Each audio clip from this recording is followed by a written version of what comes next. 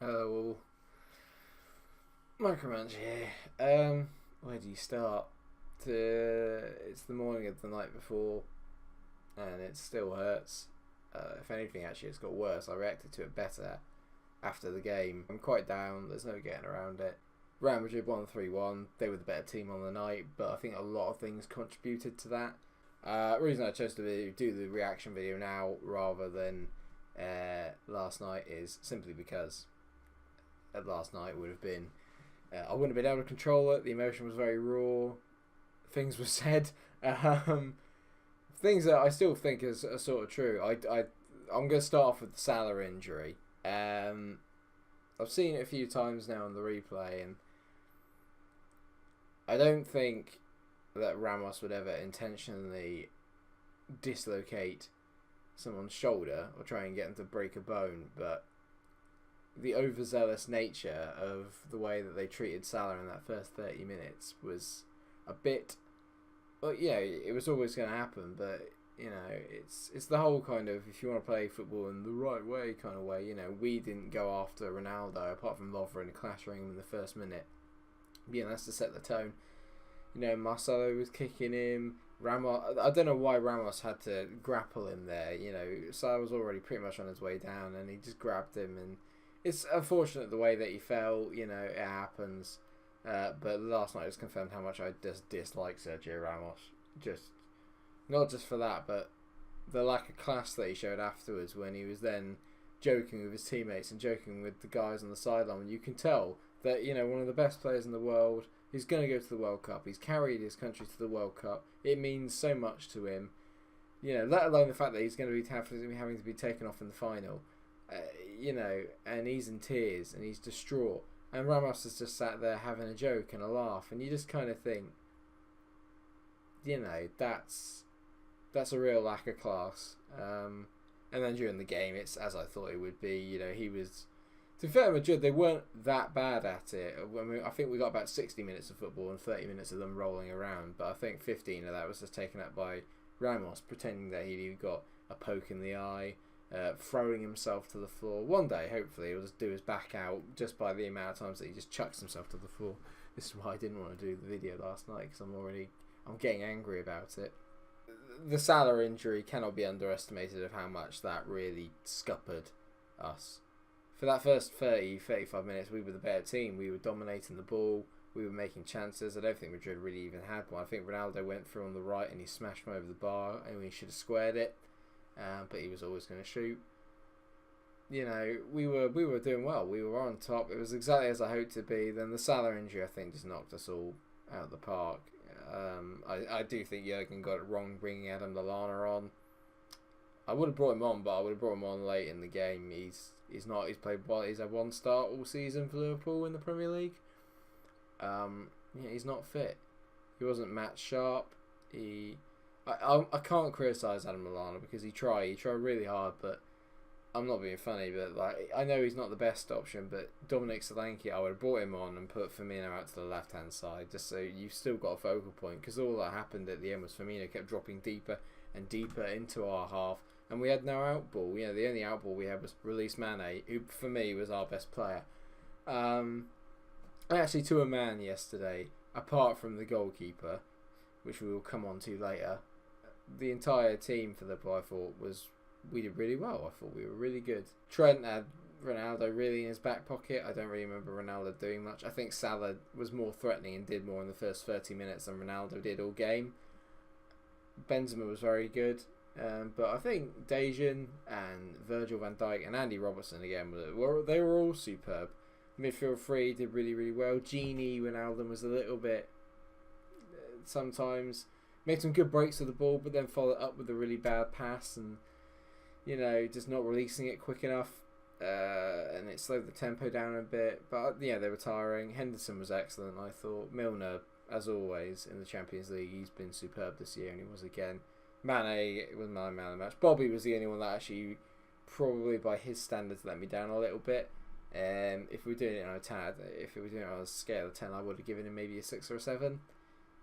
He was really good at the start of the game, but then when Salah went off, he sort of seemed to lose his way. But, you know, to a man, apart from Karius, they were They're all really great, and you got to be proud of them. We got to remember we shouldn't really even been there. We were massive underdogs. Last night was a night where anything that could have gone wrong for us went wrong. We didn't have any luck, really, of any variety. The Salah injury, the Gareth Bale overhead kick. Let's just get out of the way. I mean, even I applauded. Do you know what I mean? I said before the game, if you watch the prediction preview video, I said Bale is the key, and I was right.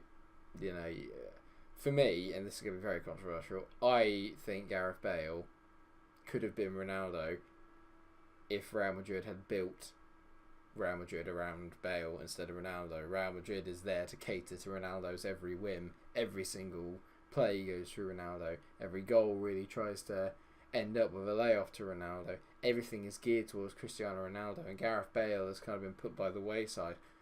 You put Gareth Bale into any other team in the world, and he's up there with Ronaldo and Messi for me on like sheer talent. On his day, I'd have him over Neymar. I really would. I think Bale is superb.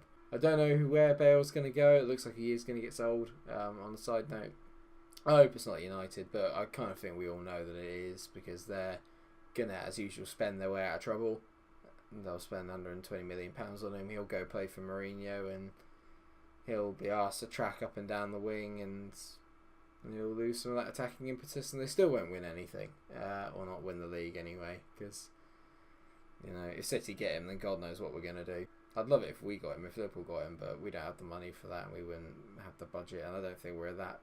I don't think now we're an attractive proposition, but I can't see us getting Bale. Maybe Bayern Munich, maybe PSG might buy him. They tend to buy anyone that's going, especially if Neymar apparently leaves. So I think Bale would be the natural replacement. But then I think he's the kind of guy that strikes me as he wants a real challenge, and I don't think he's going to get that at PSG unless it's all about the Champions League winning.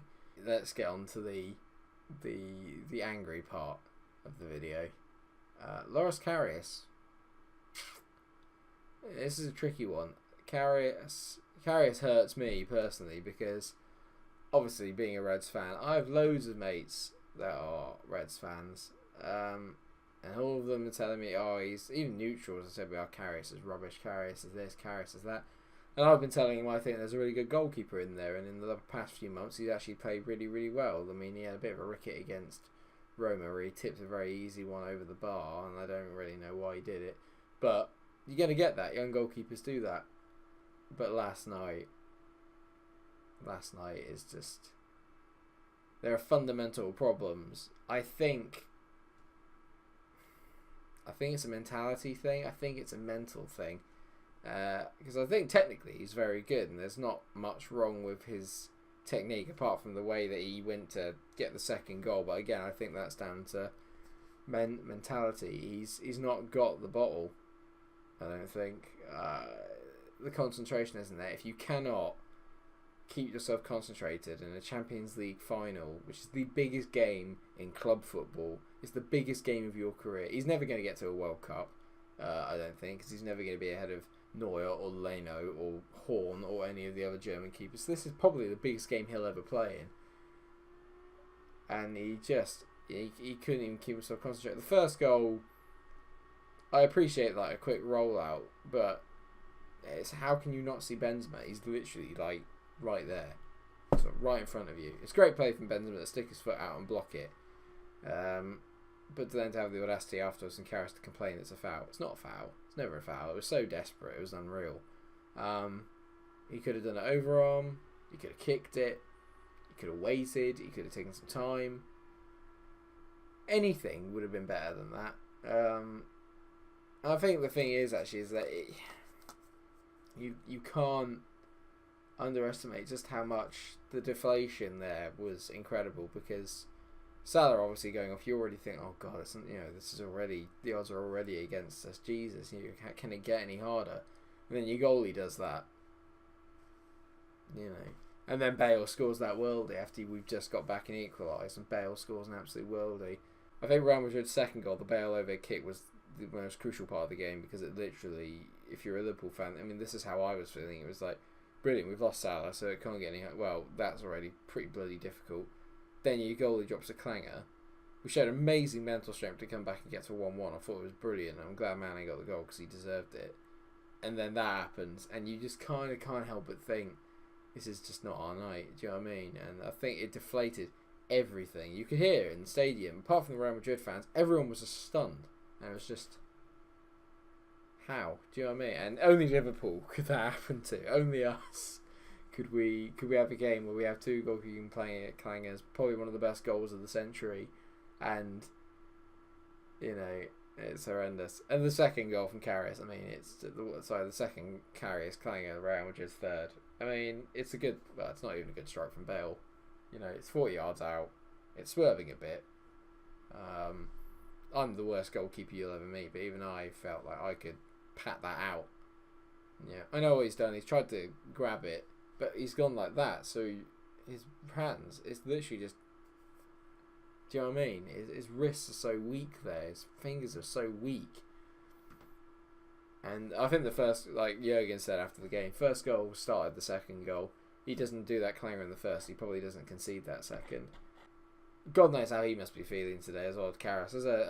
From a human to a human, or a completely human level fan aside, because obviously at the moment I'm livid with him and it hurts. But God knows what he must be going through. I hope that someone's there for him, because the players weren't at the end, to be fair. And I heard a few people on the radio saying today that it's poor from Liverpool players. They're all talking about winning and losing together, and then we don't go over and console Karius. But I can 100% understand. At the end of the game, why none of them? I mean, I think I saw a few. I think Danny Ings and that from the squad went over, but I think any of the players in the first 11 were just like, because you want to be on your own. I don't think it's so much that they hate Karius or whatever, or they were irritated by it. Obviously they were, but like it's not like they were shunning him. I think at that point you just want to be on your own.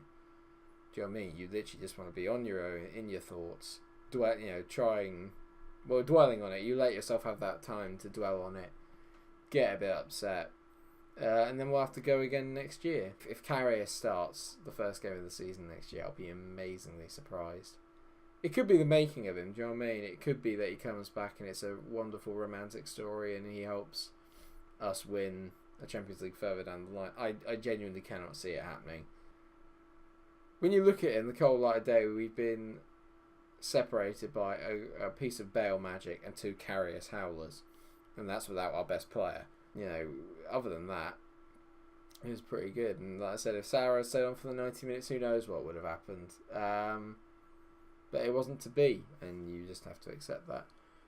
In terms of what that means for the season, I'd still think it's been a success, because we're in the Champions League. We'll do it again next year. Probably maybe not get to the final, but I think one thing that's telling from last night is that squad depth is improving.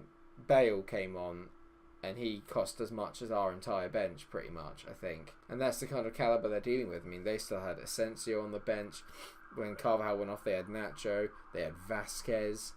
They've got so much talent on that bench, and we're looking at, to change the game, a half-fit Adam Lallana, a half-fit Emre Can, who's leaving in the summer. I hope he doesn't. Dom Solanke, who's just a young, really good up-and-comer, but a youngster. Alberto Moreno, who is, and that's that. There's the difference. If you like, actually, that's sort of a good highlight of why we probably shouldn't be there. Even United squad or City squad, even Chelsea's to some extent.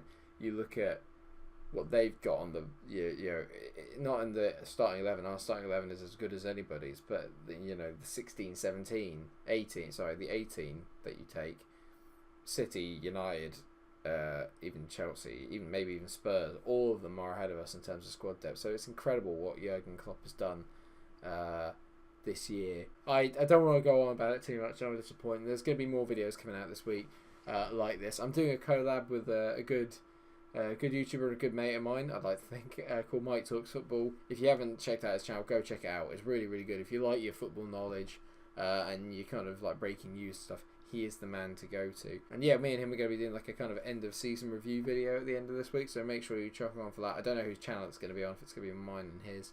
I'm sure we'll sort something out. But thanks so much for watching. To all Liverpool fans out there, keep faith. It'll be alright. We'll come back. We always do.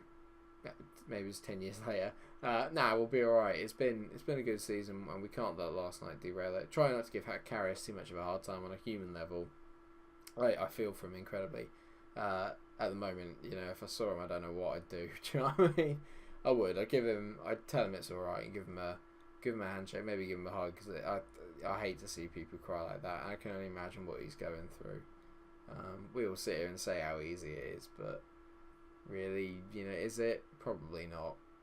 But I'm trying to be reasonable when inside I'm seething. Thank you so much for watching the video. I hope you have enjoyed it. If you have, then please do like, share and subscribe. And until I see you again, stay cool.